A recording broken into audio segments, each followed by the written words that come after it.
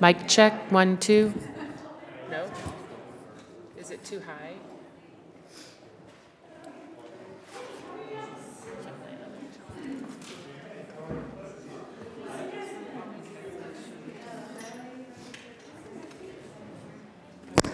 Mic check. I don't even see anything.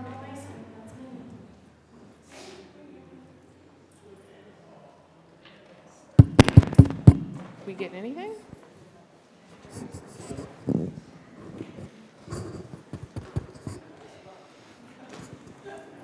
Mic check, 1, 2. Mic check.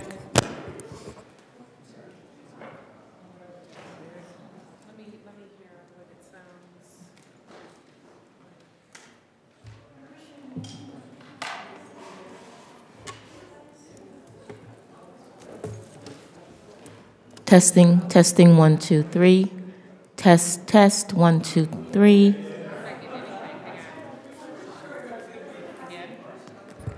Testing, mic check, 1, 2, 3, 4, 5. I'm getting some feedback. Yeah, try another one. I think I did that last.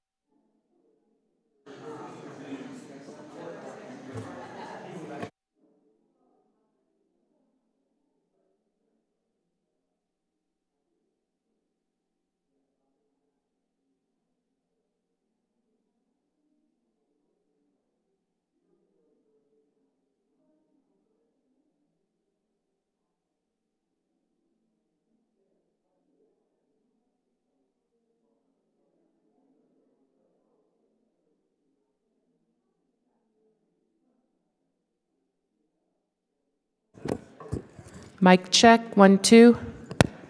See, Chandra, I have green. Something's up. You have green without any Without testing. anything. Yeah, Yeah. yeah, something is.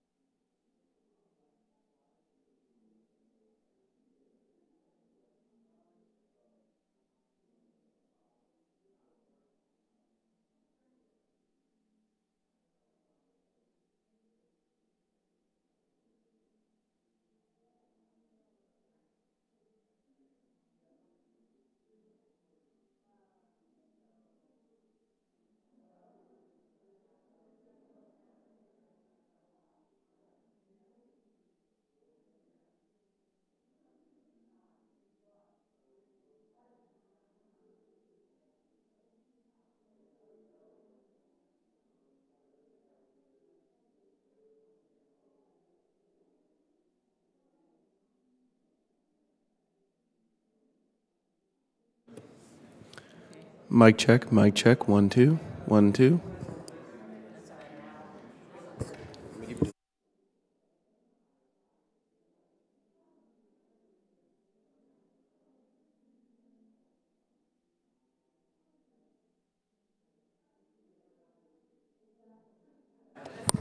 Mic check, 1, 2, 1, 2.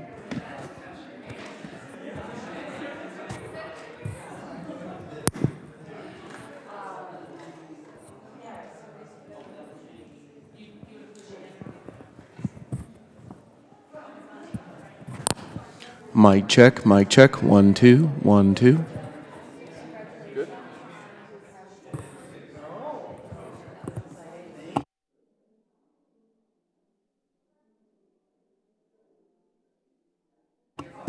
Mic check, 1, 2, 1, 2.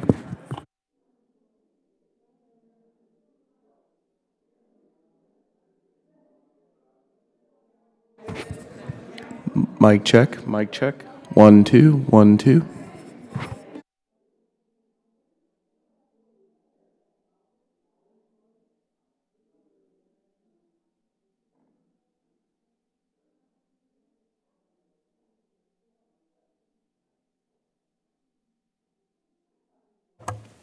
Mic check, 1 2.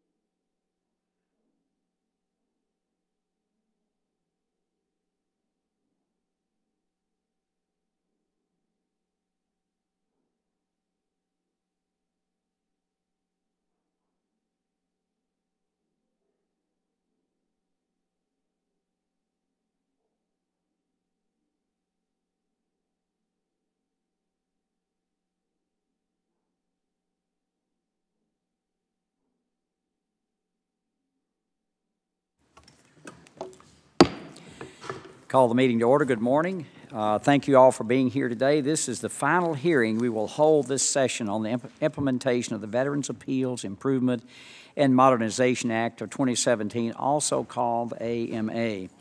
Let me start by thanking Acting Deputy Secretary Byrne for his being here today. Thank you for being here. As you know, the AMA requires the Secretary to certify in January of 2019 that the Department has the resources, personnel, and procedures and information technology to carry out the new appeals system while timely addressing both new and legacy appeals. The AMA also provides the Secretary with the authority to delay the effective date of the law if VA is not fully prepared to implement appeals reform. Since the Secretary is responsible for certifying that the Department is ready, I believe it's important for Congress and the veteran community to hear from senior leadership on the status of the implementation. I understand that Ms. Mason has been delegated the authority to oversee the implementation, but your presence here today, Mr. Byrne, demonstrates the Secretary's commitment to ensuring this program is implemented correctly, and thank you all for being here. Today I want to talk about the VA's progress updating its IT system, publishing final implementing regulations and forms, and completing training for employees, and appropriately allocating staff and resources, which all must be completed within the next 2 months. I was encouraged by the recent August and November updates to VA's comprehensive plan, which showed the steps VA is taking to effectively overhaul the current appeals process. However, I am uncertain that all the components needed for appeals reform will be completed on time.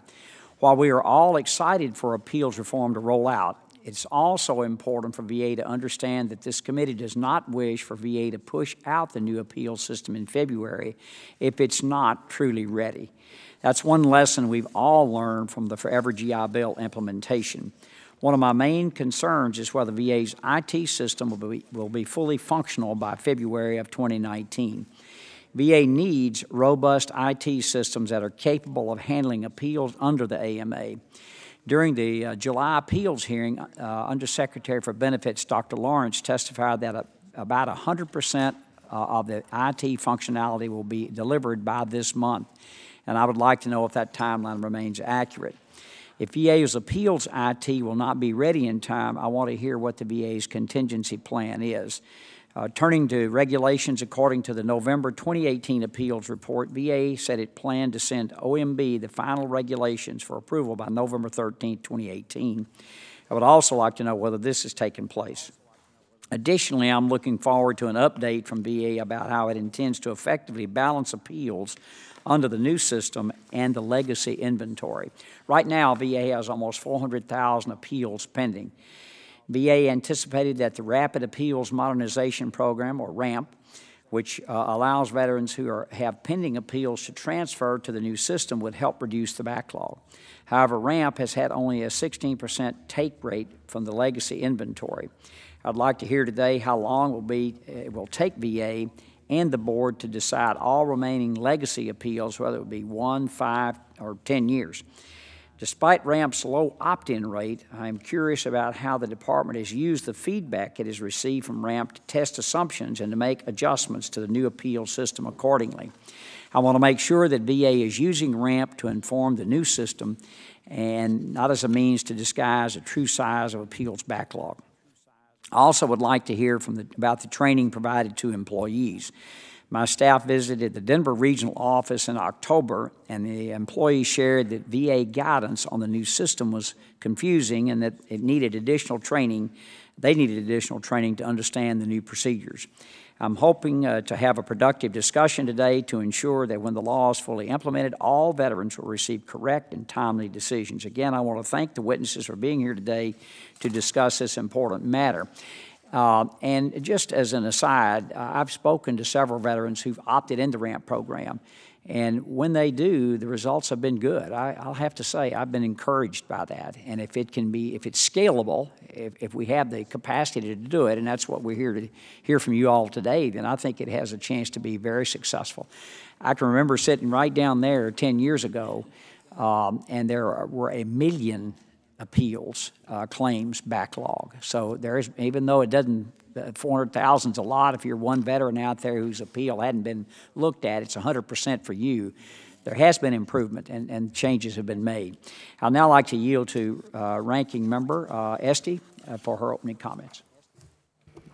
Thank you, Mr. Chairman, and I associate myself with all of his comments, in particular the same issue areas that I think all of us on the committee would like to get your review of, your guidance, your input, so that together we can move this forward. I'm happy to welcome everyone here today as we enter the home stretch on the implementation of the Appeals Modernization Act. Today is this committee's final check-in with GAO, the Veterans Benefits Administration, and the Board of Veteran Appeals before the Act is fully implemented on February 14th or thereabouts, as we've already discussed. From what I'm reading in the testimony, all systems look to be a go. The Secretary is expected to certify in January that the VA has the resources, personnel, office space, procedures, and information technology required. But before that happens next month, I want to just step back for a moment and highlight the process by which we arrived here, because I believe that it is a model that for large-scale policymaking that other committees, this committee and other committees, should look to duplicate. First and foremost, appeals modernization has been bipartisan from the beginning almost 4 years ago. Second, the statute set in place an innovative system of progress reports from both VA and GAO at regular intervals as implementation planning was playing out. Third, full VSO participation in all stages is required by the statute. That's unprecedented.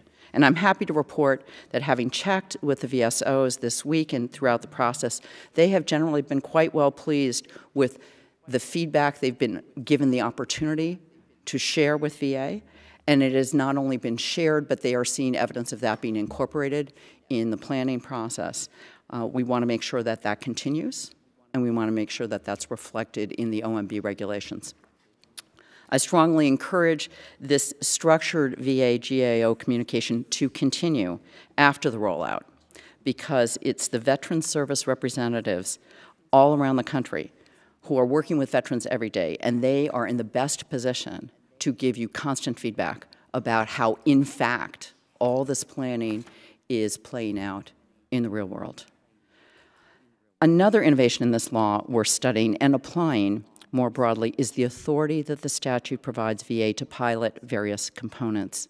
Both VBA and BVA did avail themselves of this authority, and I know that the lessons learned in these pilots will mean, and are already meaning, a faster and fairer process for veterans in the end, and that is, after all, the point of this whole undertaking. We're on the verge of one of the most significant improvements in a generation in how veteran disability compensation claims are processed, and I want to congratulate all those who have worked so hard to make these historic changes possible. I want to congratulate our esteemed chairman, Dr. Rowe, to the DAMA subcommittee and chairman, Mr.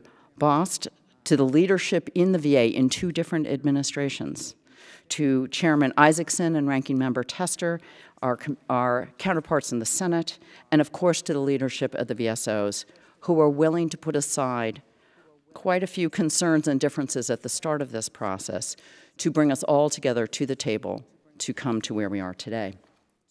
I have some questions as well about the IT systems, but I will reserve those for later. But because this is my last opportunity as a member of this committee to publicly comment on this important reform, I want to end my remarks with 2 points.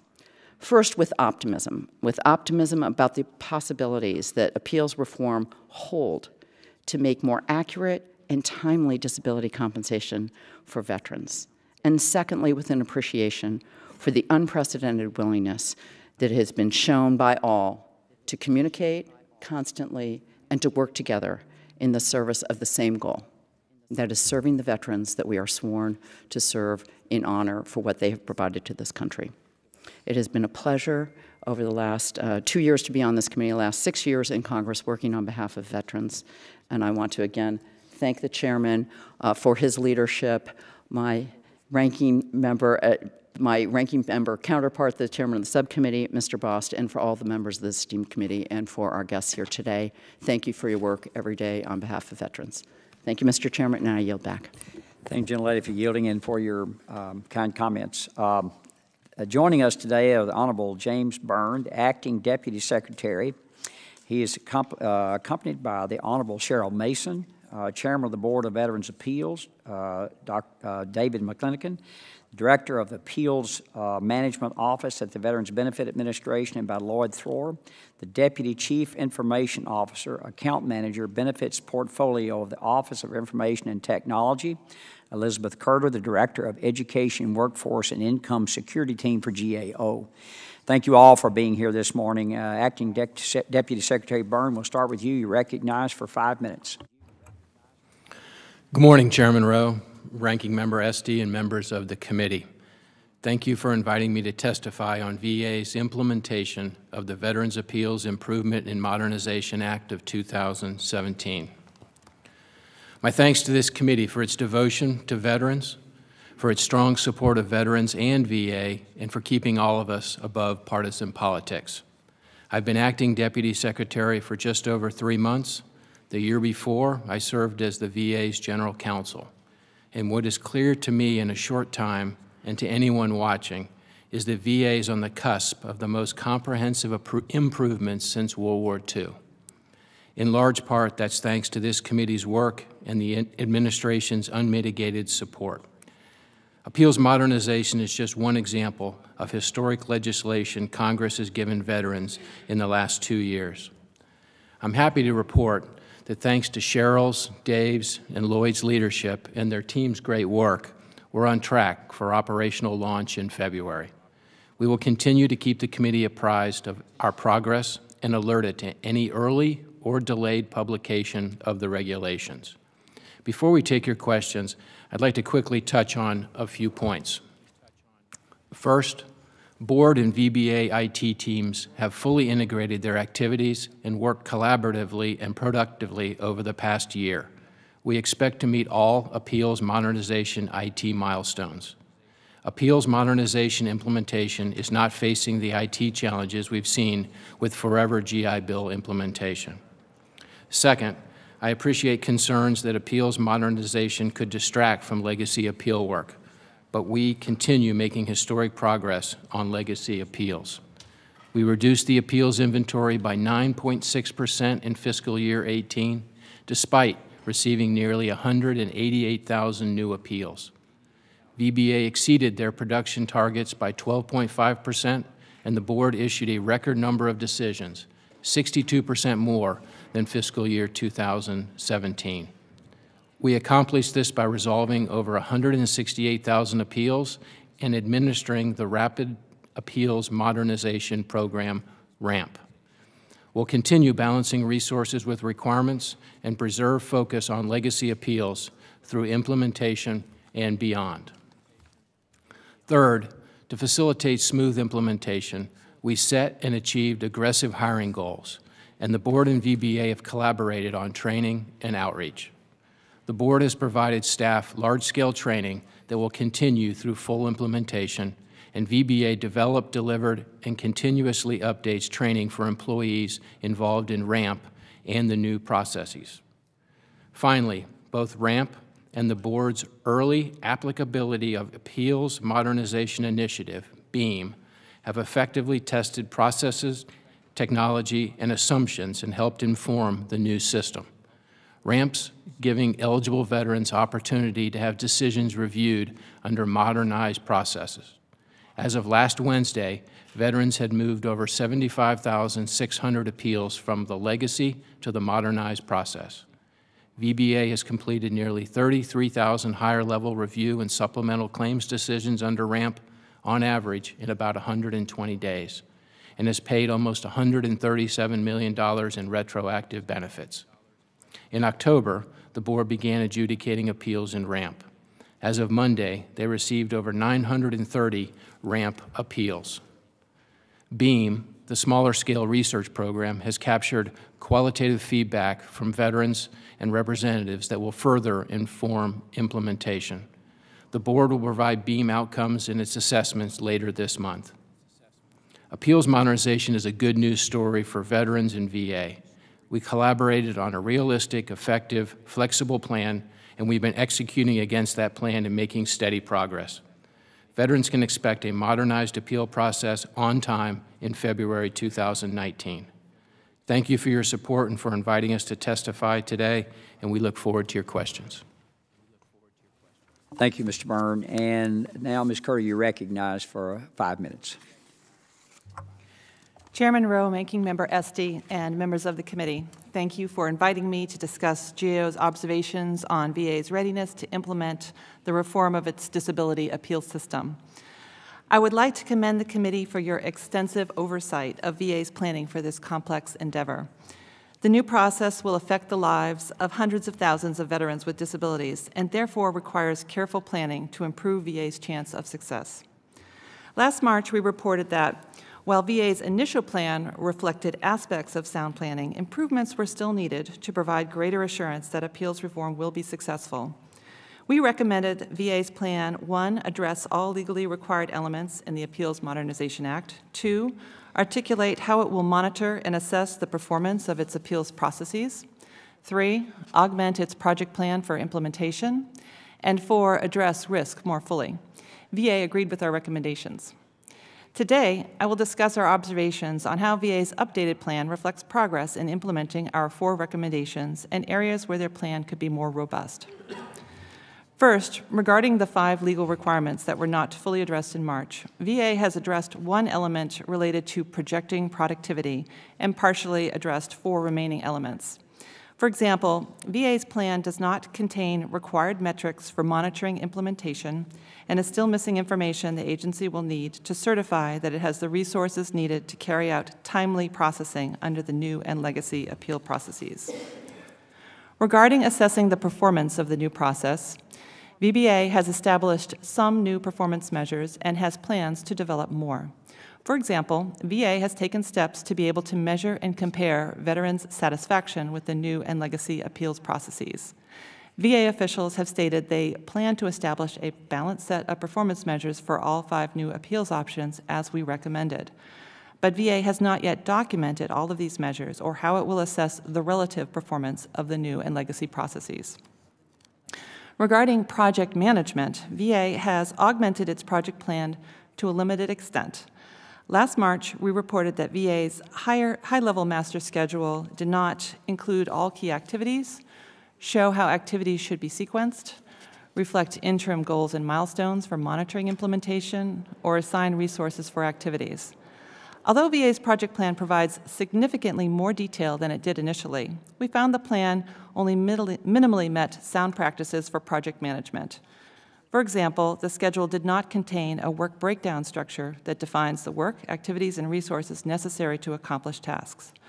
Further, according to VA's schedule, the agency needs to complete 117 activities between January 1st and when it plans to implement in February. The lack of a robust schedule poses risks to successful and smooth implementation in February. Finally, regarding addressing risk more fully, VA has addressed many, but not all key risks to implementation. For example, VA is better positioned to mitigate risks by using new analytical tools to better project resource needs under different assumptions about opt-in rates and productivity. VA has also addressed risk by testing the 2 appeals options at VBA through RAMP and using preliminary results to update elements of the appeals process. VA also initiated a small-scale, non-generalizable test of the 3 new board options. VA has used this limited test to learn about veterans' preferences among the new board options and to update the training, guidance, systems, and forms needed for full implementation. However, VA has not tested all aspects of the new appeals process. For example, VA only recently began adjudicating cases for veterans in RAMP who were allowed to appeal subsequently to the board. VA's August 2018 progress report identified a risk that veterans may appeal to the board at higher rates, which could have implications for timeliness and quality of decisions. However, VA's plan does not identify a mitigation strategy for this significant risk. In summary, VA has made some concrete progress to improve its planning for disability appeals reform while it attends to legacy appeals. However, significant risks exist with launching the new process in February. Fully implementing our recommendations could better position VA to ensure successful implementation, but doing so prior to February 2019 may be challenging. The option remains to phase in implementation to allow time for more testing and plan improvements. In any event, even after implementation, VA could better assure that the new process meets veterans' needs by continuing to improve its approach to performance measurement, scheduling, and risk management. This concludes my prepared statement, and I will be happy to address the committee's questions. Thank you, Ms. Kirtle. I will start yielding myself 5 minutes, and I'll start with Mr. Byrne. We're 2 months out from the earliest date, and I heard you say it, I think, 3 times. Out from the earliest date that appeals modernization can be fully implemented. Do you know if the Secretary intends to certify, hearing what Ms. Kirtle just said, that appeals reform is ready for full implementation next month? That's when he has to certify, 30 days out. That's correct, sir. He's ready to certify in January based upon what we know now. Okay. Knowing that, then I'll go straight to the next question, which is directed at you also, Mr. Byrne, is that VA agreed with all 4 of GAO's recommendations in March of this year that improved planning practices would be better ensure a successful appeals reform.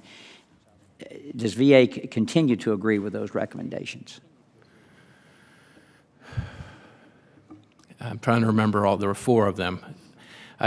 Yes, sir, I believe so. I may ask for Chairman Mason to help me with that question, if that's okay. That's fine. Oh, absolutely. Yes, sir. VA does continue to agree with GAO's recommendations, and we're working very closely with GAO on implementing some of those changes and taking some of the suggestions and working towards a more robust plan. Well, then, if we're ready to go and GAO says there are 117 activities that they would recommend, they're not sure you can get to that point. And look, I'm all for if it takes another month, believe me, after going through this GI Bill. If it's March when we certify it, I don't have any problem with that. Some people have been waiting for, 5, 6, 7, 8 years. And so I think another month to get this out right. And I think you all have made tremendous progress. But how would you answer, Mr. Byrne or Ms. Mason, either one, her comments just a minute ago that a phased-in approach might be better? My understanding is we are ready to go, and we'll alert this body if we're going to be able to implement earlier or later. As I understood some of the recommendations, they were about backup and redundancy plans. And I believe we have addressed some of those. I'm not best positioned maybe to answer those, but the 2 core issues are we ready with the regulations? Are we ready with the IT? And it's my understanding that we are, and I have good reason to believe, based upon questions to these folks, that we are. And just a question on the IT, I guess, Mr. Thor. And when you put this, and I assume you were the project manager on putting the system together, how is it that you think this IT system is going to work and the GI Bill didn't? Well, I'm not the project manager, but I am the liaison between OI&T and the board, and in managing this. But this is actually a very different scenario than the GI Bill. First off, let me just tell you, as of this past weekend, we have deployed the solution for all of the ports of VBMS that are required to implement this bill. It is deployed and ready in the field. The caseflow work has been incrementally delivered over the last 9 months. There are maybe 2 things that I know of that they're finishing up over the next month, and those I have very good confidence about. A very important difference in this scenario than the GI Bill scenario is that in this instance, we are updating to accomplish this, we're updating 2 critical VA systems that we have actually had boots on the ground working very hard long before this bill passed.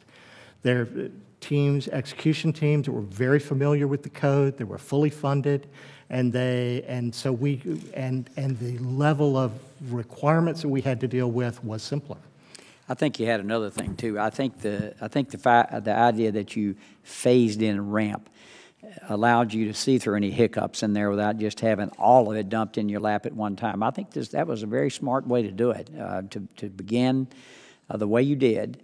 Yes. And then if there were problems, they weren't major problems affecting hundreds of thousands of people. They were affecting a few hundred or a few people maybe, and you could see those. And I think I think there's a lesson to be learned there. I truly do. That's a very good observation, sir. Thank you. I think, Mr. Lamb, you recognized for 5 minutes. Thank you, Mr. Chairman. If I could just pick up where the chairman left off, Mr. Thrower, could you walk us through that a little bit, how the rollout of new IT in this pilot project worked and maybe what the lessons are for other IT projects we have in the VA?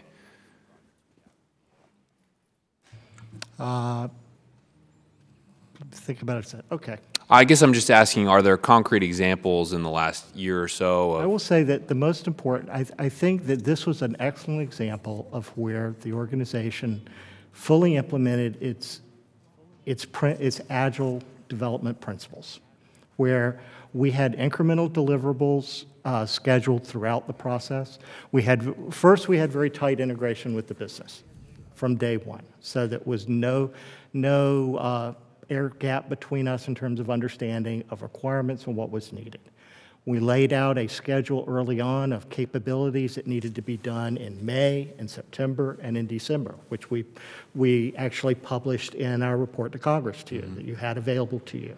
On the VBMS side, on the CaseFlow side, we were doing incremental waves of development from the last 2 years that have all fed into the successful implementation of this.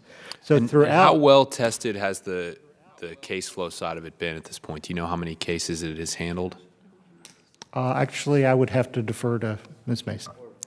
CaseFlow is currently operational and has been operational from the point that VBA puts the cases into the process, into the board, into intake, and then CaseFlow Q manages the cases. So pieces of it have been built and operational. So we started with the intake at the board and dispatch. So all of our dispatch cases for at least, I want to say, the last 6 months. I would have to double check that, but I'm pretty sure the last 6 months of FY18 were all handled through the CaseFlow dispatch program, and the intake part where VBA sends the cases into the board, that's been, I believe, operational from VBA for about the same time period, maybe a little bit more. The CaseFlow Q program at the board, which manages the dockets, that has been fully operational for the past couple of months. We phased it in as well. There was a user tester period, and then we've continued to phase in. We're currently in final user testing and phase in for how the cases within AMA and Legacy will be used through the algorithm that actually manages how the cases are dispersed. So we're pretty operational with all the cases currently at the board. I guess I'm just asking for an estimate of the sample size that have been tried in that new program. I would have to take that as a due out on that. I know majority of the cases dispatched from the board this last year, the 85,000, at least half of those came through CaseFlow dispatch. So those were all handled at that point. I will have to get back to you on how many the CaseFlow Q program is, but it's currently running and operational at the board, and that's how our cases are being processed currently. Okay, and what does user satisfaction appear to be with that so far? I mean, it's very high at the board. Yeah. Dave? Same thing. Yes, actually, Chairman Mason's correct. In fact, one of the first pieces that CaseFlow delivered was when we certify an appeal, a legacy appeal to the board. That's been in place for well over a year now, and that actually doesn't just help the efficiency of managing the work and sending it over, it actually improves the quality of our certifications to the board, so it had a very large impact. Okay, and was that an off-the-shelf purchase, or was that partially developed within the VA? Can you just tell me the history of that? CaseFlow? Yes. CaseFlow was built by Digital Service. That's what they were already working on. Digital Service has been in VA since late 2015, and they were already working on building the CaseFlow system before the law passed. Got it. Thank you very much, Mr. Chairman. I yield back. Thank you, gentlemen, for yielding. Vice Chair Bilirakis, you recognized. Thank you. Thank you, Mr. Chairman. I appreciate it. First question is for Acting Deputy Secretary Byrne.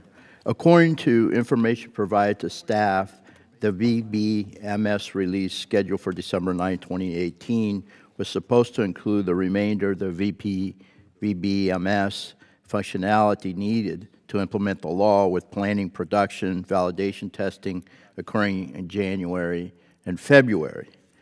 If after all the testing, hopefully this will not be the case, but VA realizes that the VBMS appeals functionality is not working as intended, what is VA's backup plan, contingency plan, backup plan, what have you? So the legacy appeals process will still be working for a while, and so they would fall back into those, is my understanding.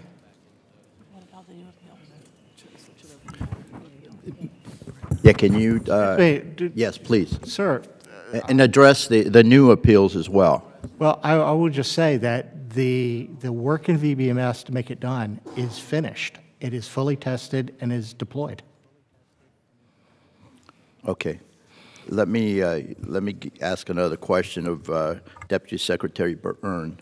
According to the November 2018 update, VA plans to hire 542 new claims processors. Is that correct? And it will place them primarily at the D-Rocks in St. Petersburg, which is just outside of my district, in Florida, and in Seattle. This is what I was told. How many of the 542 new claim processors will be placed into the appeals positions at D-Rocks and in St. Petersburg, the VISN in St. Petersburg? Sir, if I may, I'd ask Mr. McClanahan to Please give you the specifics on that. Yes, sir. It's good news here, Congressman. 605 FTE was the additional appropriation we got for appeals in FY19. So thanks to the committee and others in Congress for that support. I'm happy to report that about 75% of that hiring is already done. The distribution between those two locations is about 400 in St. Pete and the remainder in Seattle. As I said, 75% complete. Those D-Rocks will be up and running by February. Okay, how will you ensure that these people are appropriately trained, again, on the appeals process and the applicable laws and regulations? Yes. So we've already hired all of the management team for those two locations, and we've hired all of the production employees with just a few exceptions. The majority of the production employees are already hired. Some of them are already in training, and we have training scheduled for the remainder to go into. So they're going through our challenge training program to prepare them for doing that work. That's all been scheduled and in place. Okay, Chairman Mason, how many years do you estimate it will take for the board to address the current legacy appeals backlog? How many years would you say? 1 year? 2 years? 3 years? It's going to take more than 1 year, sir. Give me a ballpark, please. That's really hard for me to do without guesstimating right now, because the board relies on the cases coming in from VBA to work those legacy cases. VBA does have a deadline they have set, plus we are bringing in the AMA cases and working those, and we're balancing those. We do expect to be able to tell you a timeline after February, after we start the new process, because the legacy will all the cases then will be in AMA, and we will have a determination of how long it will take us. Okay, so you'll get back to us, to this committee in February. It will be after the February 14th After launch. the February. So I'm hoping early spring, but as soon as I have it, I will report out, as I have done with my other responses. Please get it to us. I appreciate that very much. We'll do so, sir. And then Secretary Byrne, what are VA's plans for comparing the performance of the legacy system and new appeals process using a range of goals and measures like timeliness and, of course, veteran satisfaction, which is so very important? So it's my understanding there are and will be several surveys to inform us going forward with implementing the new modernization. Feedback from veterans is key toward everything we do. In particular, claims and appeals such as this. So it's a circle, it's a loop, sir, feedback. Okay, as far as, can you address the timeliness as well? Satisfaction, sure, from the veteran, but timeliness, give me a range. What's the goal as far as timeliness is concerned, in general? So I have a general thought of that. In general. I think Chairman Mason can give us some specifics, I think. Sure. Both the board and VBA are monitoring our metrics on both performance, quality, and timeliness. And as we move forward, as we brought the SAND table for you all in the spring, we're starting to plug those numbers in and adjust those numbers a little bit. We will have timeliness goals for you. VBA already runs those in the RAMP programs with the average of 125 days. The board expects to do the direct docket in an average of 365 days. The other 2 lanes, I'm hoping again to get metrics on that once I get into the system. The current RAMP appeals program at the board is giving me some early data, but at this point in time, until I start running all 5 dockets and get that absolutely running and launched, I'm not comfortable giving you full data on the timeliness, but I will get back to you. But we are monitoring all of that, and VBA and the board are collaborating very closely on all of that data, and we are running the metrics just as we are required to under the Section 5 of the AMA. All right, thank you very much. I yield back, Mr. Chairman. Appreciate it. Ms. Custer, you're recognized. Thank you, and thank you for being with us. I just want to go back to the veteran experience, if we could. Can you walk us through, after this is all online, what the veteran experience would be, what their choices would be, and what the timeframes would be that they can expect for resolution of their claim? I can pull out my chart and follow it, ma'am, but I can assure you that Chairman Mason, right off the top of her head, could walk you through that in very, very fine detail. I'm fine to hear it from her. I just want the American people to know what veterans can expect.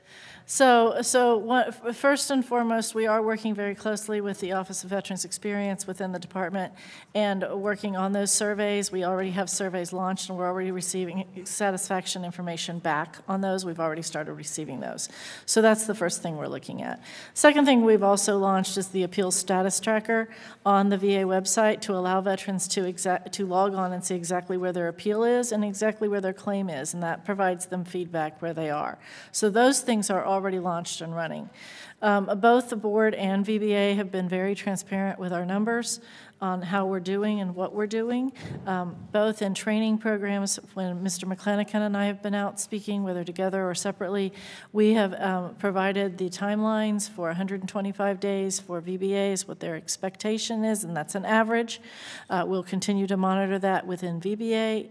And then at the board, again, the direct docket is the 365 lane. We expect to complete those within the 365, including a hearing?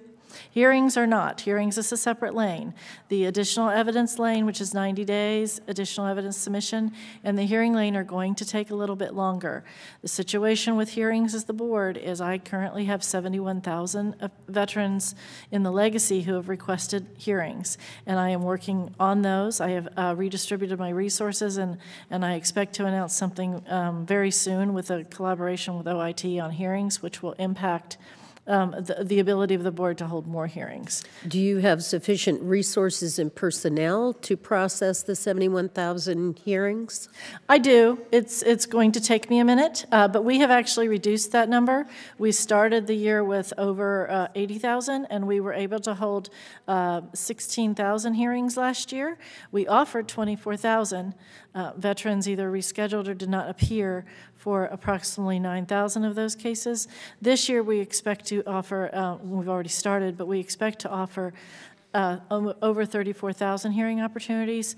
To date, the board has held over 4,500 hearings, which is ahead of schedule from what we offered last year, and we're continuing to do that. So it would take somewhere between 2 to 5 years to process the backlog. How many new hearings are requested every year?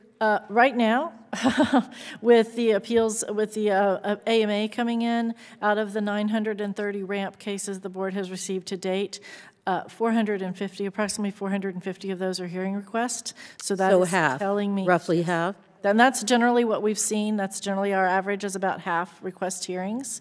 That is something that we are looking at. I have already started to change my resource allocation with my judges on how we handle the decisions and the hearings, and I expect that will have an impact going forward.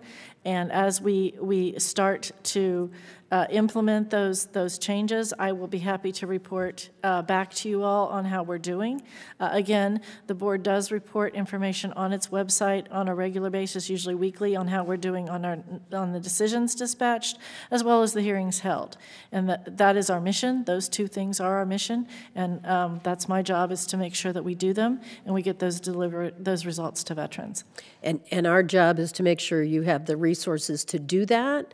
So just trying to do the math in my head, it doesn't sound as though you'll be able to process the backlog while you keep up with half of the new cases requesting hearings. So I would just recommend to the chair and to the incoming chair next session that we consider additional resources to help you get through this. So thank you. I'll yield back.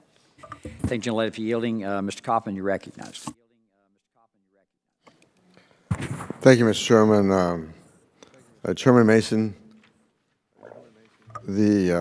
Chairwoman Mason, the RAMP pilot was implemented to test the new appeals process prior to full implementation. Your testimony indicates RAMP has been successful, noting over the past year 74,399 appeals were processed using RAMP, which reduced the legacy appeals inventory. What percent of these RAMP appeals met quality standards? Specifically, how many appeals decisions received a quality review to ensure accuracy and identity errors that would warrant retraining for employees? So first I'm going to answer the question as to RAMP appeals at the board, which just started in October, and then I'm going to hand it over to Mr. McClanahan for the VBA RAMP program that started last November, because he has that data and he's in charge of that piece. As far as RAMP appeals at the board, we have our quality review system in place, and we are running quality review. We did quality review on the first 40 RAMP appeals that were issued, and then since then we've run the statistical standard on that. If we have not yet seen any indications of a need for training or trends there, but we are working it closely. Our current quality rate at the board for both the RAMP appeals and for board decisions is over 92%. Mr. McClanahan? So we look at quality in a number of different ways in the RAMP program. Keep in mind this is a temporary program, so we are really focused on setting up a new quality assurance program for the higher level reviews when we start that process in February. But for RAMP, we actually did 100% quality review during the training for the 12 stations that are doing the RAMP processing in VA. In addition to that, we have a local quality assurance program where a sample of the work that's being done is reviewed locally. In addition to that, we've done 4 site visits at some of the stations that have been processing RAMP the longest. That included taking samples of claims that were decided and reviewing quality on that basis. We were also doing special focus reviews, and this was primarily to ensure that because it is a little bit of a cultural change for higher level reviewers in particular, that they're following the procedures that we put out for RAMP. And so those special focus reviews really zeroed in on that. So we have a pretty comprehensive program for reviewing the RAMP decisions and making sure that they're accurate. But I want to point out, one of the advantages of the RAMP program is once they get a decision, they're in the new process. So that means that they have that control and the options over their review that they would have after February anyway. So if they're still dissatisfied after that decision that they get on an average of 120 days, they have all the options and the benefits of the new process that was in the law, and to include choosing another option then once they get that decision. So really, that is the real advantage of opting in through RAMP, is you get all the benefits of the new system. Chairwoman Mason, how are VBA and BVA ensuring, and I think part of this was answered, ensuring the quality of claims processed using RAMP and BEAM? So the BEAM, again, was a small-scale program that the board tested to see if our communications and what veterans were understanding in various different organizations from the VSOs as well as our advocates. And so we were able to get feedback from the BEAM program, qualitative feedback, and change some of our form letters and respond that way to the feedback. So that's the BEAM portion. The board and VBA work very collaboratively together on our training and our quality review process. And recently, in November, the board and VBA launched an appeals training initiative that we are working together to provide training to. Really, it's a dual training action. We provide some training to VBA, and they give us some feedback on what they're seeing with our cases. And we just launched that project. It's got great feedback initially, and that's how we expect to move forward. That's the vehicle we're going to use as we move out to process the feedback and the trends that we're seeing as a result of that. Chairman, I yield back. Thank you, gentlemen, for yielding. Ms. Mason, if you wouldn't mind, would you send us a blank survey, one of those surveys, so we could, both sides of the aisle can look at that? We'd just like to see it. Absolutely. We can get that from the Veterans Experience Office. Happy to do so. Thank you. Mr. O'Rourke, recognized. Thank you, Mr. Chairman. From the opening testimony, it seemed as though the GAO was telling us that we weren't ready for implementation in February. And based on your recommendations, you didn't feel like there was enough time for VA to implement those, and you suggest a phase-in approach. And then if I heard you correct, Mr. Secretary, you feel that the VA is ready and that there's no need to have a phase-in approach. So I wonder, Ms. Kurta, given what you've heard from Secretary Byrne and Chairwoman Mason, whether their answers to our questions so far address your outstanding concerns and whether you agree with them that they're ready to go. If not, I would love for you to share with us what you think the consequences are if the VA goes without having addressed the legal requirements, the performance measures, the project management concerns, including 117 activities. You mentioned there's not a robust schedule to implement those, and then the risks, which was your fourth point. Certainly. I mean, I think that there's nothing here. I've heard today that, surprising, we've been talking to the VA folks all along, and you certainly have their perspective on this. I would say the biggest risk from our perspective to implementation is the risk that when veterans are faced with 5 new options, which has not been tested before, that larger numbers of them will go opt for a hearing at the board. That is the most resource-intensive option, and could have implications for the ability of the board to process legacy claims and also to take care of the folks that are now signing up for something new and they were hoping that would get better for them. In terms of mitigating that risk, we have recommended taking several steps as if they continue to fully implement. Articulate expectations for performance so they can monitor against those expectations and see, are we meeting goals, are we not meeting goals? And then, even if they delay full implementation of the new process, they could allow more time to model, test, or phase in the board options and develop contingency plans if outcomes are not what are expected. In terms of another sort of big risk area is, and we've, I think the board has alluded to this a little bit. This is large-scale change for everyone involved, all the staff, all the managers. You're hiring new people, and change management is a complicated business and can take time. It's critically important to communicate to all the players, all the stakeholders, what is happening with the change, and the stakeholders as well, and it has to be there has to be buy-in. So that can take a little bit of time, and I'm not completely sure that the change management to date has been as robust as it could be. And was there another aspect to the question?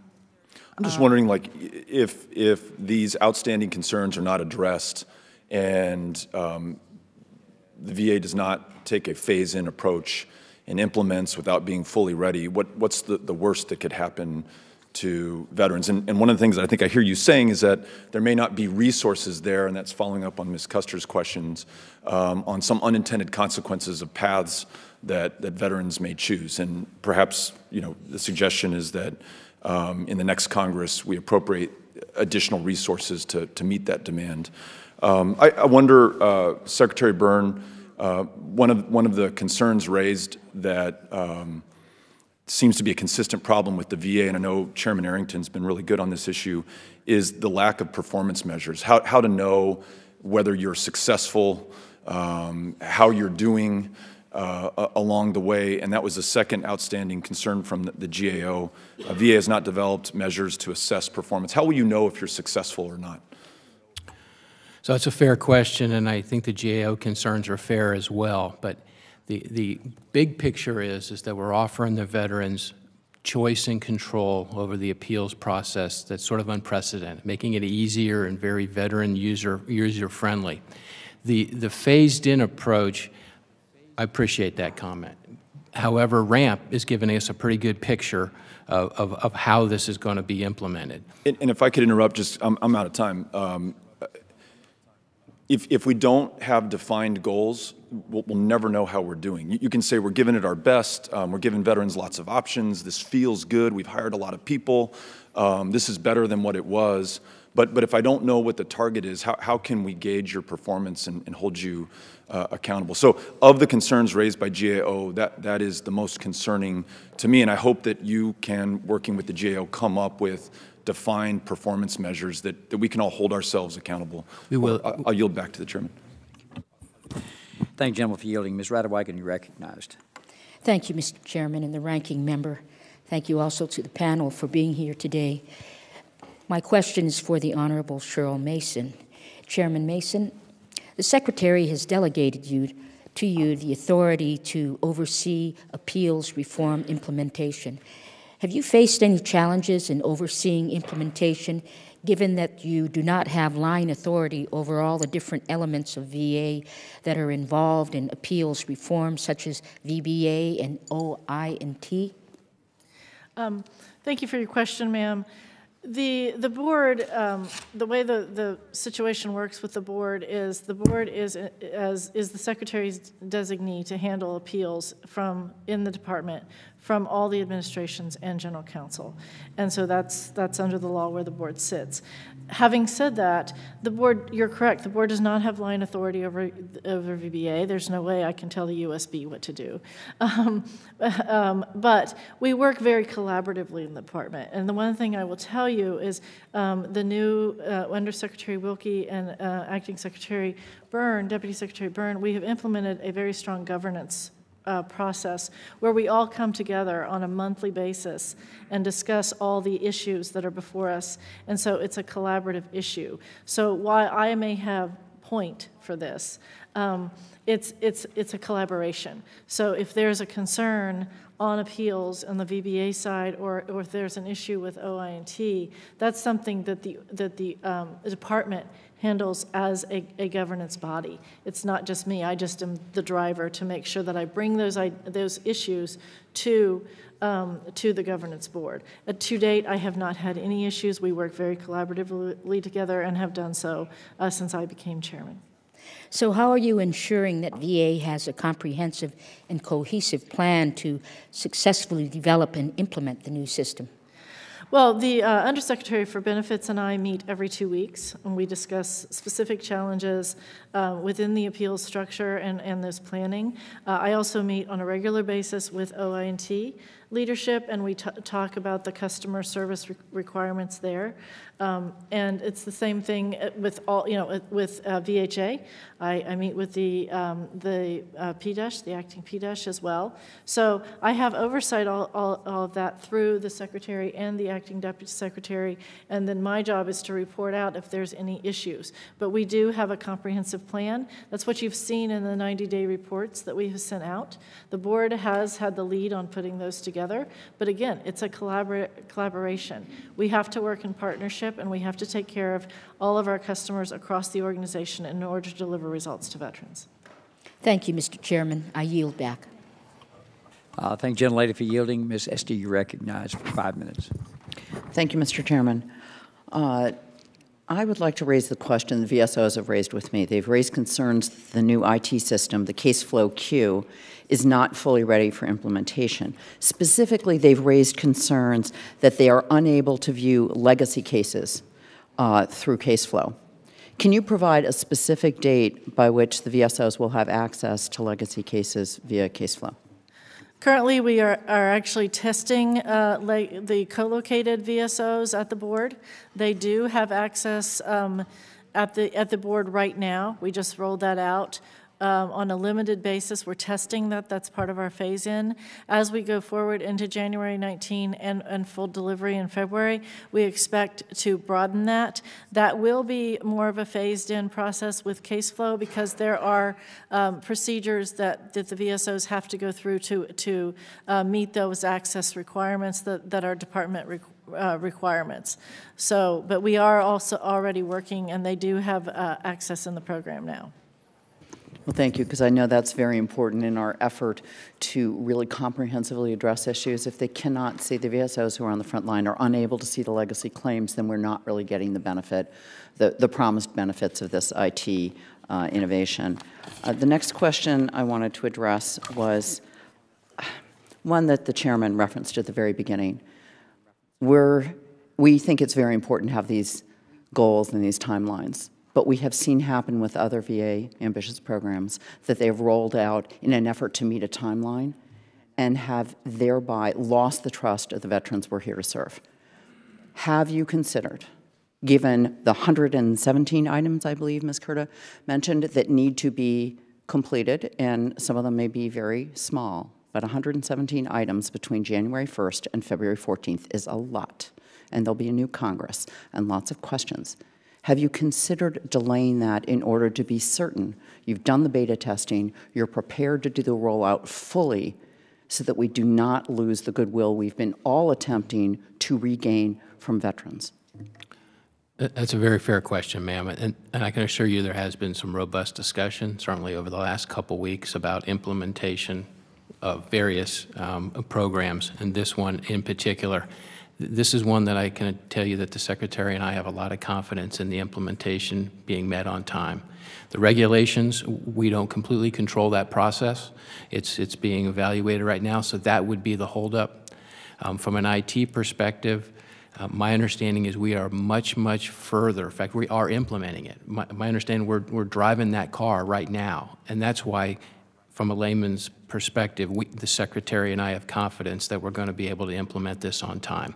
The caveat would be the regulations, but we have every indication that that's going to be on time as well. Thank you. You mentioned on BEAM that we've only had 30 cases go through right now, and Mr. Byrne, you indicated that that was being qualitative feedback, and yet for the process to fully run out, you're moving from about 900 cases, of which only 30 have gone through. What assurance do you have you're going to be in a position, again, in about 2 months to be able to have this fully functioning, the BEAM portion fully functioning, so that you understand how those cases go through and are ready to implement them across the board? So I'll touch on that lightly and then maybe ask Chairman Mason to help me out on that. BEAM, as I understand it, was a very detailed interview, feedback loop process with our veterans to ensure we were delivering to them the control and choice that they've been asking for from the veterans, from the VSOs, and from within internal. As far as the actual implementation, I think those were a little bit apples and oranges, right? The implementation is about the regulations being available on time and about having the IT solution performing. And we have a pretty high degree of confidence, and I understand we maybe all be a little gun shy about actual execution, but in this case, there is a high degree of confidence that we'll be able to execute as predicted in February. Well, I guess to be more precise, whether you've been able to incorporate that qualitative, detailed feedback from 30 cases, whether you feel that's sufficiently broad to incorporate it and have it ready to go, and that is for Ms. Mason. We haven't, ma'am, we have incorporated, thank you, we have incorporated that feedback already in our form letters and actually the NOD form for the board. Specifically, and as far as, so that beam was enough for us to get that initial information, but then we also had the RAMP program running at VBA as well as what the board took over, and that did give us, continue to give us information on top of the VEO surveys. Thank you, gentlelady, for yielding. Mr. Poliquin, you're recognized for 5 minutes. Thank you very much, Mr. Chairman. I appreciate it, and I appreciate the great bipartisan work over the last couple of years on this committee. I represent the rural part of the state of Maine. Now, some people think that all of Maine is rural, but that's not true. And health care closer to home is really a critical issue for our veterans up in rural Maine, and I'm delighted that all this work has been done such that our veterans now, the law of the land, can get their health care closer to home. That initiative actually started with a pilot program, Mr. Chairman. Maine was one of 5 places in the country up in Caribou, Maine, where the ARCH program started, and it was rolled out nationally. And now we're here with these nice folks before us talking about this problem we've had for a number of years with the appeals backlog, and you've had a couple examples of pilot programs to roll this out and see what it works. So I'd like to ask you, Mr. Byrne, and you can delegate that to anybody else that's beside you if that's more effective, but tell us, what have you learned in your 2 pilot programs, just like we have learned up in northern Maine, the pilot program that led to the Mission Act and the Choice program here that's been rolled out nationally. What have you learned that you can share with us, such that when you roll this out big time across the system, you won't you'll have a better success rate? And be, if I may, Ms. Mason, be as specific as you can, please. Sure. I think I'm going to start, and I'm going to then delegate it to Mr. McClanahan, because we run 2 pieces of that. Really what the board's learned primarily is how important that veteran feedback is, and to listen to our stakeholders, because they have had some very... And do you have a way to get that feedback very user-friendly for our veterans, such that they can log on however they do it, so they can get back to you very quickly, very easily, so you can assess that? Yes, we actually, with the new VE Experience customer surveys, we can receive that feedback immediately. And how about folks that live in rural Maine that don't have access to the internet? How do you do that? I think they can do surveys both electronically and via mail. I would have to check on that one, though, sir. That'd be great if you can get back to me on that. So I'm going to hand the rest of that answer over to Mr. McClanahan, because I know he has more on that. Yes, ma'am. Sure. So RAMP really helped us because we've actually received, and this goes back to the previous question, we've actually done 34,000 decisions in the RAMP program. So it wasn't just the feedback we were getting from the small-scale BEAM program, but it was all of those decisions that we were making. So we were getting feedback from representatives of veterans, from veterans, from our own employees. And what have you learned that you can share with us? Sure. We've learned how to improve the procedures that we're launching permanently in February. Be specific. Give me an example, please. Sure. A higher-level reviewer has to do in some cases, an informal conference with a veteran. We received a lot of feedback about how to make that process better and improve the scheduling of those. There's a lot of those type of... Right now, just on average, sir, how much time in the legacy system currently today, if a veteran has an appeal because he's lost hearing and he gets back the decision from you nice folks that it's not what he expects it to be or what it should be, how long does it now take to go through that process on average? On average, 3 to 7 years. 3 to 7 years. Yes. How long do you think it'll take with this new system that you folks are implementing that we've given you a lot of money to do? It's designed for early resolution, so an average of 125 days in each of the 2 VBA lanes. And then at the board, as Chairman Mason has said, the fastest opportunity there is an average of 1 year. Okay, so you expect to go from anywhere from 3 to 7 years to roughly 4 months to 1 year. God bless you. Right We're now all behind you. I hope you do it. Now, our veterans deserve this. Right now, we're processing RAMP claims in an average of about 120 days. Okay. Okay. How are you folks getting the VSOs involved? Because so many of our veterans on the ground touch our veteran service organizations on a regular basis. How are you bringing them into the fold such that they can help you roll this out effectively, get the word out, and keep our veterans well informed? How are you doing that? So this goes back to the chairman's opening statement. Take you back to March 2016. We started this by getting all stakeholders in the room together. That's how we did this. Okay, and are they doing their job to help us with this? Absolutely. Okay. They've been with us every step of the way to include Great. promoting RAMP and everything else. Thank you, Mr. Byrne. I'm going to ask my last question quickly here. You folks have mentioned hiring a bunch of people to make sure this works smoothly, and that's all great. I'd like to remind you, you have 285,000, excuse me, I think it's 385,000 people at the Veterans Administration. Can you find any people internally to do this so we don't have to spend taxpayer money to go outside and do this all over again? Were you able to do that? To a certain degree, I think we were. How many of the people that you had to hire for this project came from the inside? Can I ask Chairman Mason for that specific? Yeah, of course. We looked at offering opportunities to all our employees, but we're going to have to take that as a due out and get back to you, sir. I don't know exactly how many internal Okay, employees so you have we've two used. things you're going to get back to me with, right? Yes. Great. Thank you very much. You're back my time. Thank you. Good luck, everybody. There's a New York minute, and then there's a Maine minute, and those are different. I now yield to Mr. Correa. Thank you, Mr. Chairman. To the panel, the application, implementation of the Appeals Modernization Act, how are you including the VSOs in that process?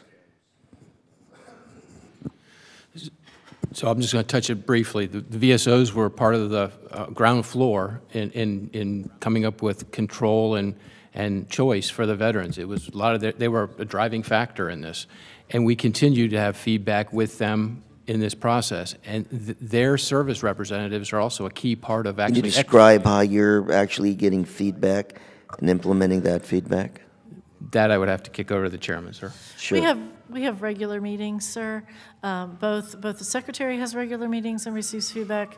The chairman, the USB, we sometimes do joint meetings with VBA, but we are interacting with our VSOs on a regular basis. At the board has co-located VSOs that actually sit with us that handle the cases, and we meet with them on a regular basis as well. So we are constantly taking feedback and constantly taking the pulse from our VSOs.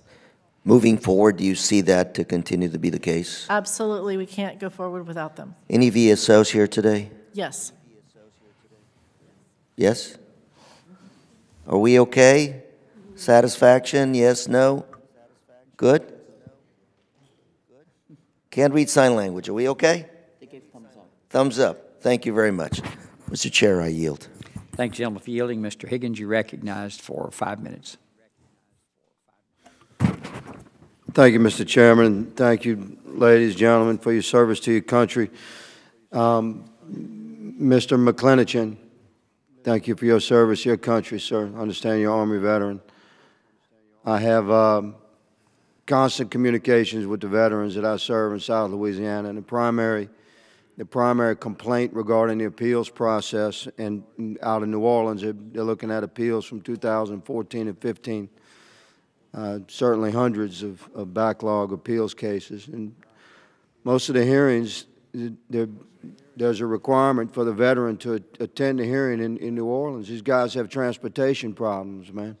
They have deteriorating medical conditions and, in some cases, mental challenges, certainly financial and transportation challenges. Their hearing dates get moved and shifted, and it's hard enough for them to get to their CBOC or their VA medical facility, wherein we have invested tremendous amounts of the people's treasure in order to completely modernize these facilities. In my district, I have 2 brand new CBOCs. They're beautiful, incredible state-of-the-art technology.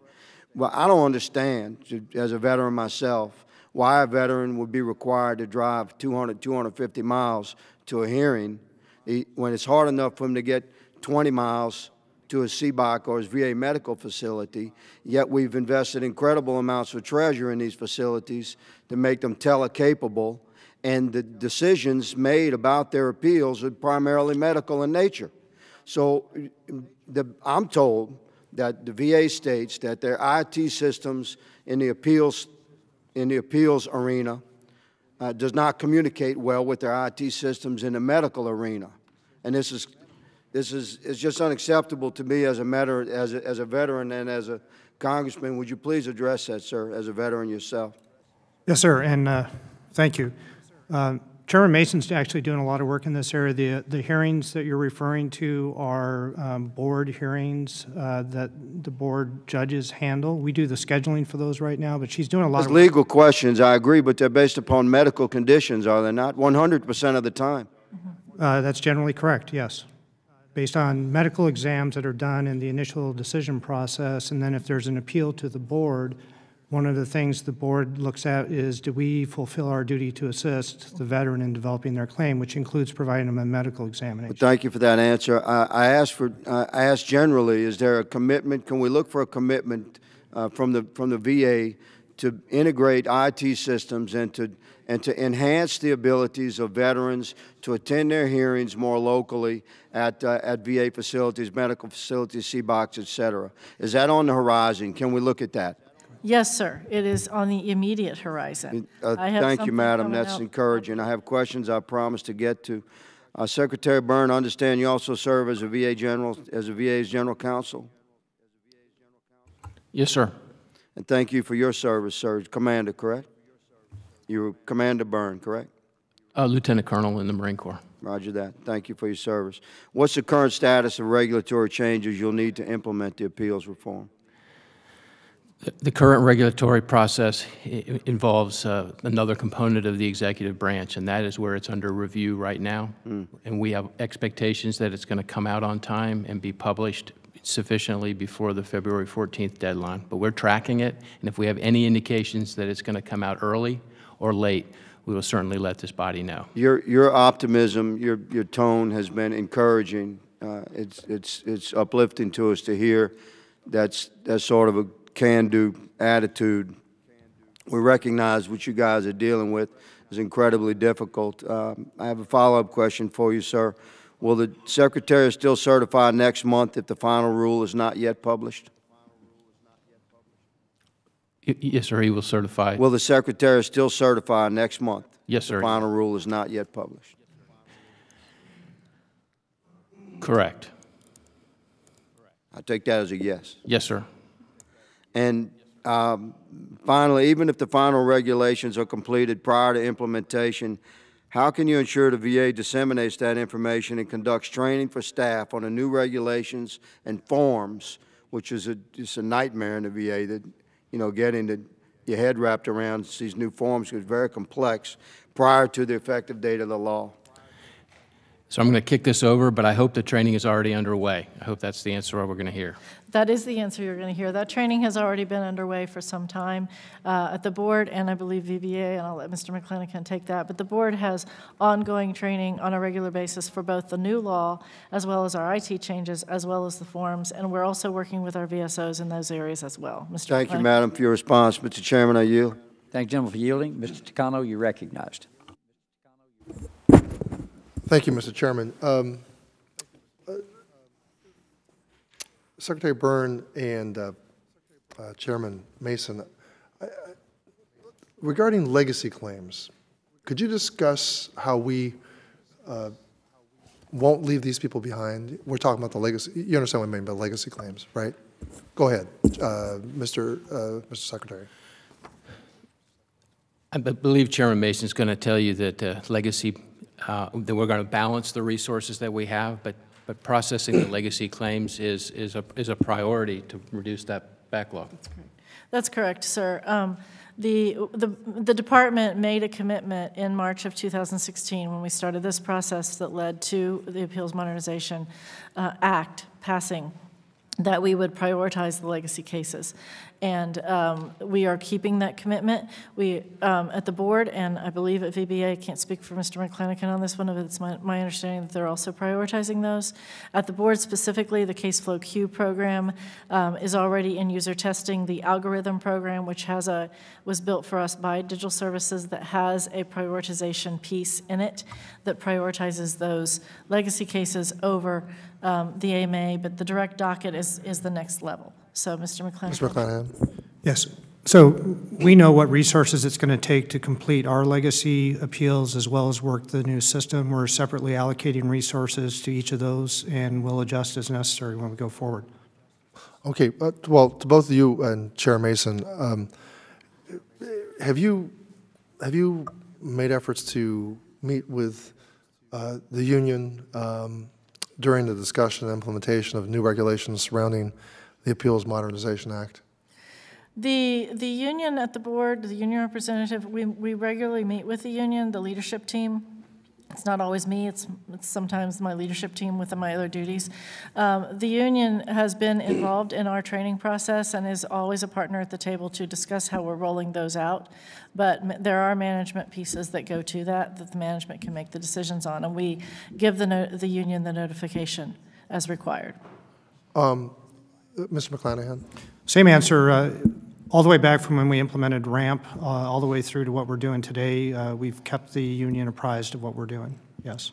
So, I mean, you would say it's fairly regular, weekly, monthly? It's usually monthly to quarterly, depending on what the union request is.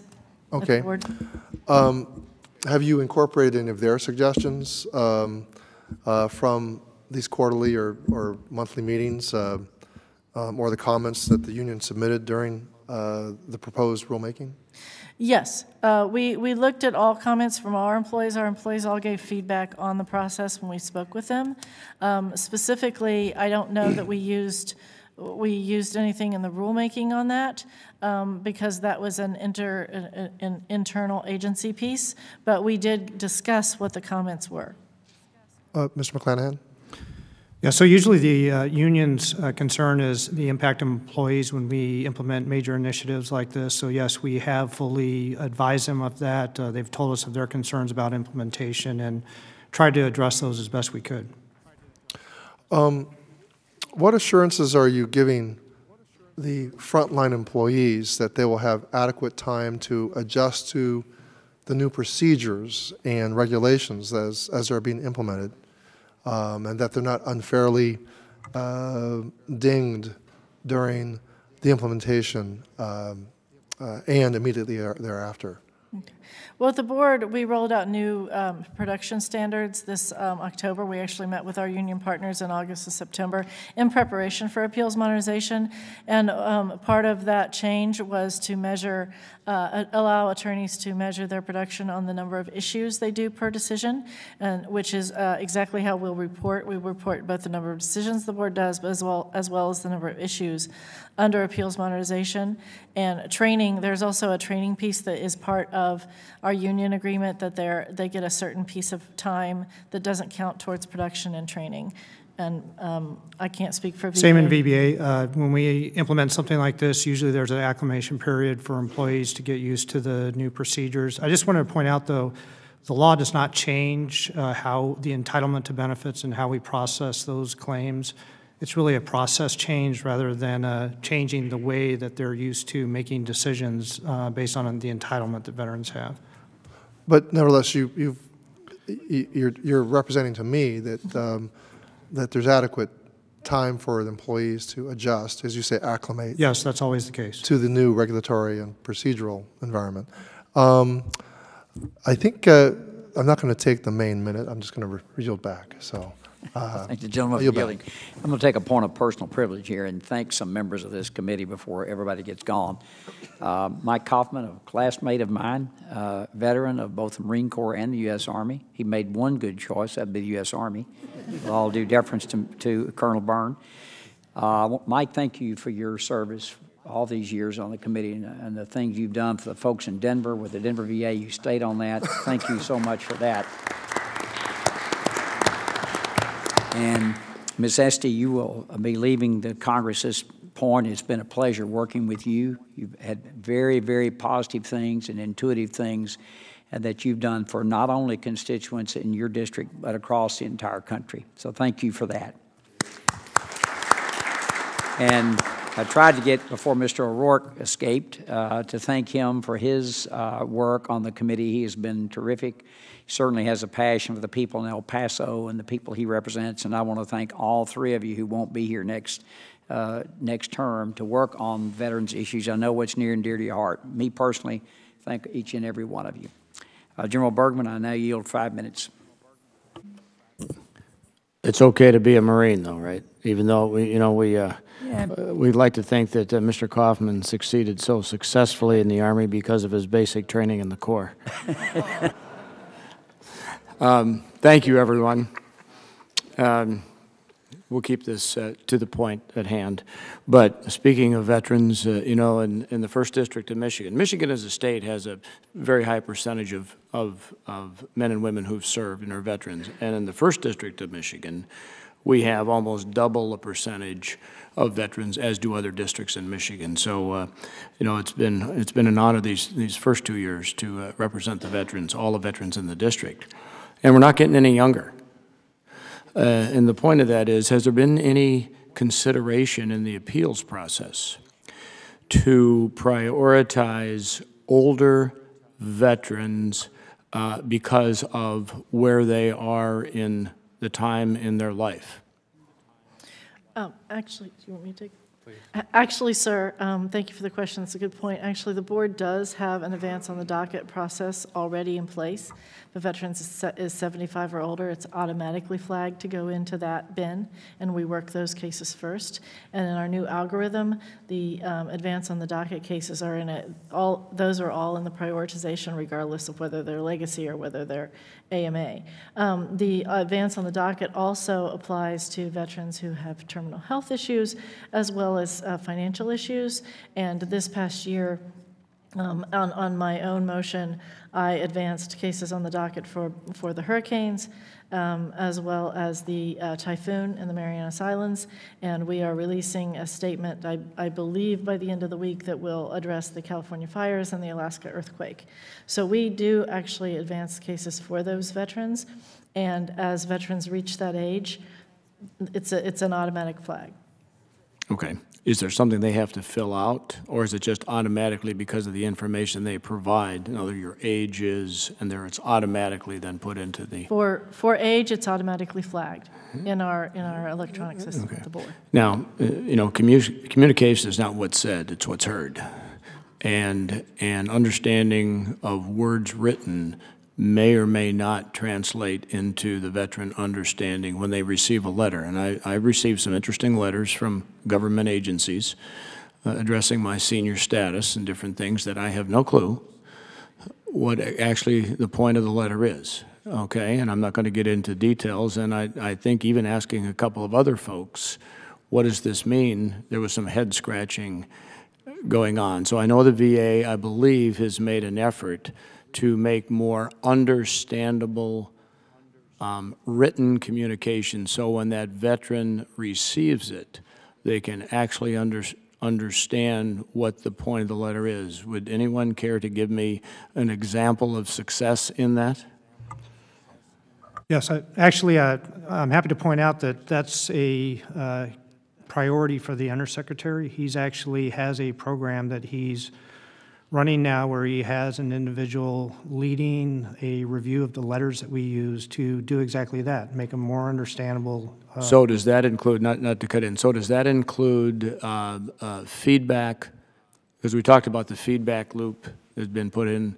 Does that include feedback? So if yes, you get, so we can look at the success of a letter or successive phrases. Is that something that's visible to us as a committee to see where the change has been made? Yes, and in fact, the model that we use for appeals modernization is something that we're trying to use further in the department, but in particular in VBA, getting the input of veteran service organizations, veterans, and getting their perspective on whether it really is understandable. And then even at the department level, the Veterans Experience Office is very helpful and focused on that particular issue. Yeah, we have survey results currently from the Veterans Experience Office, at least at the board level, that we get on a regular basis that tells us how the judges are communicating at hearings, how our decisions are being received by veterans in that communication piece. So we're looking at that regularly at the board. Well, yeah, it's one thing, and I know my time is coming short here. It's one thing to provide an opportunity for feedback. It's the second step, of course, is taking that feedback and truly evaluating it to then turn the whatever it is you're trying to accomplish into a better document or a better communication. Thank you, and I yield back. Thank you, gentlemen, for yielding. Chairman Arrington, you're recognized. Thank you, Mr. Chairman. First, I want to associate myself with your commendation to our colleagues, Ms. Esty and Mr. Kaufman. It's been a delight serving with you, and wish you the very best and Godspeed. And thank you all for your good work on the panel, and it sounds like we're making some progress. The guy who held this seat that I serve in 3 decades ago, his name's Ken Hance. He used to tell a story about a public school teacher in Dimmitt, Texas. It's a little town, like a lot of little towns in my district, farming and ranching town. He had a public school teacher named Miss Littlepage, and she taught accounting, and she kept it real simple. She said, in accounting, you have money coming in and you have money coming out. And if you have more money going out than you have coming in, you broke. And I want to apply Miss Littlepage's principle of accounting to this discussion, because you have incoming cases and then you have resolved or outgoing cases. And if you got more incoming cases than you got outgoing, you broke. The system's broke. And we cannot continue with the backlog of over 400,000. The whole point of this was to have a more timely resolution of these claims. So let me just go through the numbers here and make sure my Dimmitt/Plainview/West Texas math is working appropriately.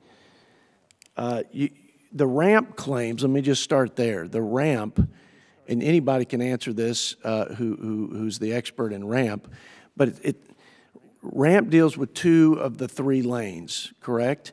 And the anticipation of the pilot was that we'd have more people, I think, that signed up for RAMP saying that they would go to those 2 lanes. I think it was like 16% versus 40%. So not as many people signed up for the, or signed on maybe to the 2 lanes that RAMP's testing. Is that a fair statement? It is. We did not know what we were going to get. We're at about 18% right now opting in, and we've seen it go up every month that we've been running the program. One might believe in the case where you didn't get as many on the 2 lanes that RAMP's testing that you'd have more going into that 3rd lane, which is the board appeals. Is that an accurate assumption or fair assumption? That's possible, but we deliberately designed the RAMP program not to include that lane because we don't just want to trade a long process that's broken now for those people going to the board. We wanted early resolution, and we're doing that quickly in those 2 VBA lanes. So you have, in November 30th, there were 420,000 pending appeals. About 130 of those 1,000 appeals were with the board, Ms. Mason. And my understanding is that by 2024, it'll be 400,000 pending. I'm reading, let's see here. The board projected the inventory more than double between 2017 and 2024 from 150,000 to around 400,000. Is that not accurate? I believe it's what we're doing, and that what that guesstimate was, and that was from more than a year ago. So that was before I became chairman. So I'm not exactly sure what that was. Let's just say it's an approximate number, but 400,000. Here's my bigger point. You guys have had a better number in terms of resolutions at about 85,000 in 1 year. Right. but the incoming is 90+ thousand, correct? Well, this past year, we actually only received about 69,000 Okay. in the door. Do we expect it'll be 90 every year? My understanding that was a pretty good round average or rolling average over the last several years. That's 90,000. You're correct, sir. That's Okay, what we so saw the if last that few. continues, and this is just an anomaly this year of 60-something, then we'll just always be in a deficit mode. And so you will never get enough you won't have the capacity to receive the incoming. I don't know what you're going to do with the legacy, as Mr. Takano mentioned it.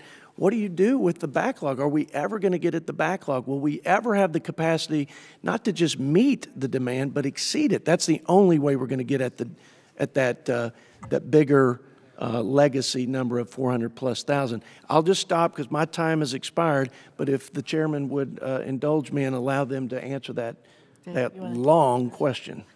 Sir, excellent questions. I think the one factor that you're not considering is in February, we shut off the flow to the legacy process.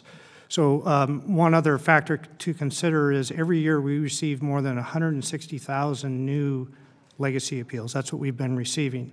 So the fact that we are at now 420,000, we were at about 475,000, while we were receiving that constant flow of 160,000 new appeals every year, that is significant that we brought that number down. And when you shut the flow off in February, you will have no more going to legacy.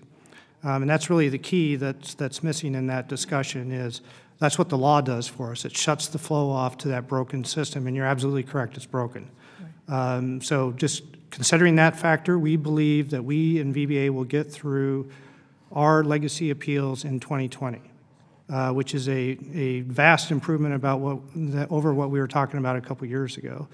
The wild card for the board is they get their appeals from us, so we resolve what we can first. If veterans choose to appeal to them, so the board's relying on what is flowing from us to them. In addition to that, we have flow back from the board, even though the board decided 85,000, which was great. Many of those are remands back to VBA where we have to do more work, and that's kind of the key to what's broken in the current process. It's that constant churn back and forth between VBA and the board. The committee's work shut that off in February, at least a good portion of it. And the other thing is I want to go back to the stats you quoted. I don't believe those stats took into consideration the resources that Congress gave the board in FY17 that allowed us to hire more people and allowed us to increase our resources, which you saw the payout from, began to saw the payout from in FY18 with those 85,000, and we're going to continue. So that's going to change what the estimate is. We're going to give you a new number. But I can't get there until I get to it'll be after February. But you will get a new number, sir. I think there's a Texas minute right there. Well, let's see, Mr. Takano, you have any closing comments? Yes, just briefly. Mr. Chairman, I thank all the witnesses for coming forward, and I've met with some of you in private. I am cautiously optimistic that the implementation will be successful and that the work that was done by this committee on a bipartisan basis to lay the groundwork for where you are, the work that my colleague Ms. Esty did as the ranking member and inheriting from ranking member Dina Titus, and the whole way in which the VSOs work together, and this committee worked together, Mr. Chairman. This is a point of pride for me, and our small talk up here indicates that both of us have a cautiously good feeling about where this is going. I'm happy to hear that IT, the work that you have done with digital services, seems to have borne good fruit.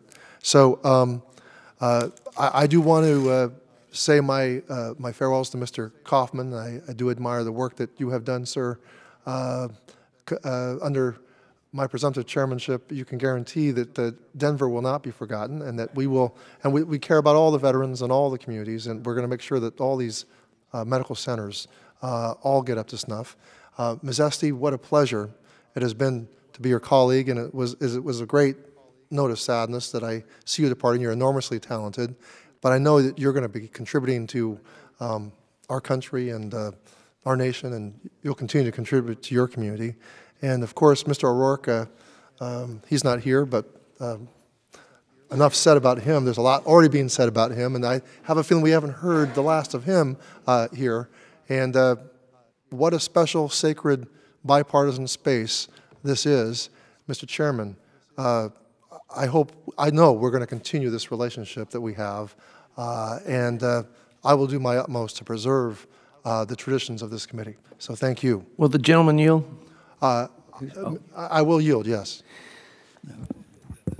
I'm excited and looking forward to the new leadership here, and my understanding is that I'm looking at one of the new leaders of this committee, but I want to say something about the current leader as we wrap this session up. This is, for many of us on the committee, our first term in Congress, and I did not anticipate I have the privilege of serving on this committee, and I certainly didn't fully appreciate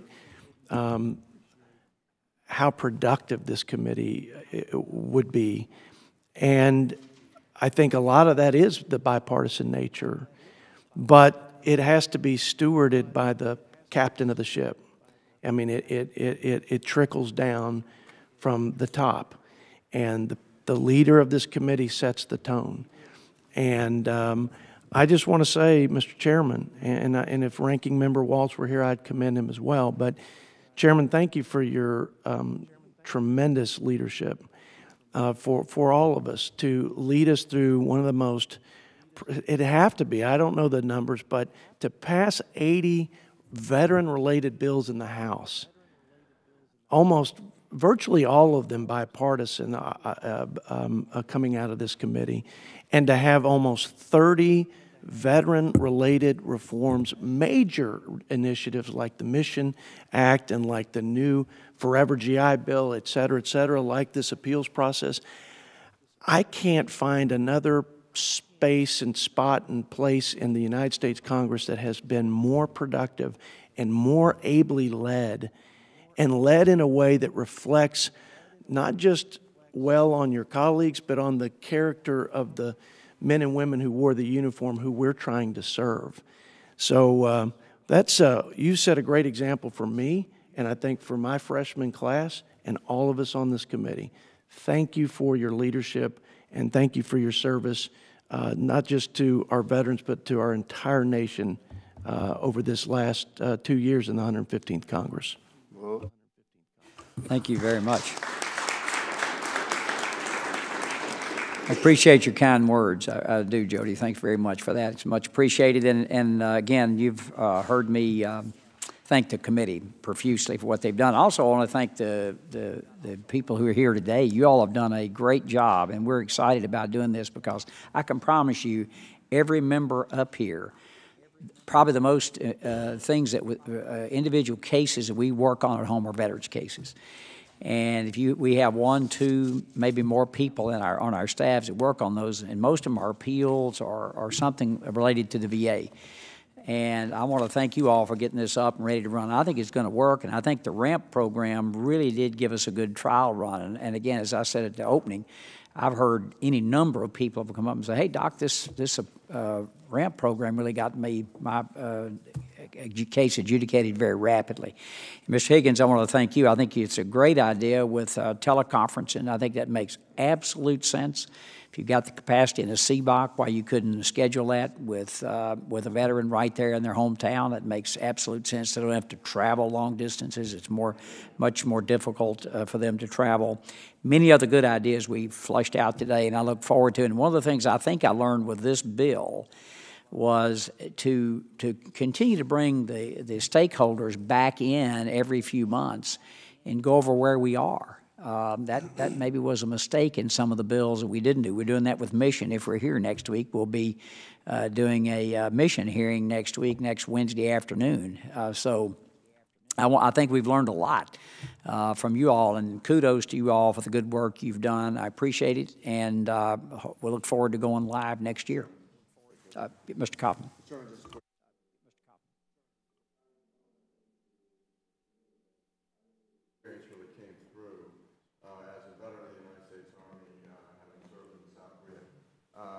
Was very important, but I also think been a retired physician, was extremely important in terms of bringing that knowledge and sharing that knowledge. And your experiences with this committee, I think, is very important. And of course, we all know the acronym for Army stands for Ain't Ready for the Marines Yet, but we won't go there. I thank the gentleman. I won't yield any more time to that gentleman.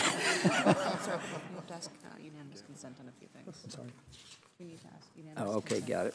I was about to dismiss us before we got done here. No further questions. Thank you all for being here. I ask unanimous consent that the written statements provided for the record be placed into the hearing record without objection so ordered. And also ask unanimous consent that all members have 5 legislative days in which to revise and extend their remarks and include extraneous material. Hear no objection. Hearing is adjourned.